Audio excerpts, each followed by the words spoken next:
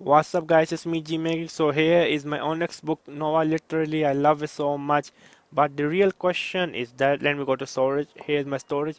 The real question is that, can you use your USB or not?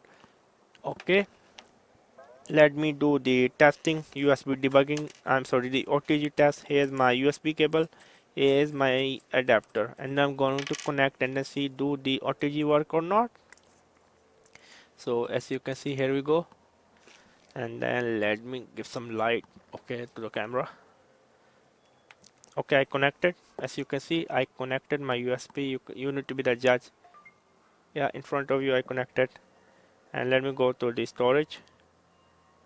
Sadly it do not work. As you can see, it do not work. So the OTG do not work on the Onyx Boox Nova, which is a sad reality. Subscribe and bye.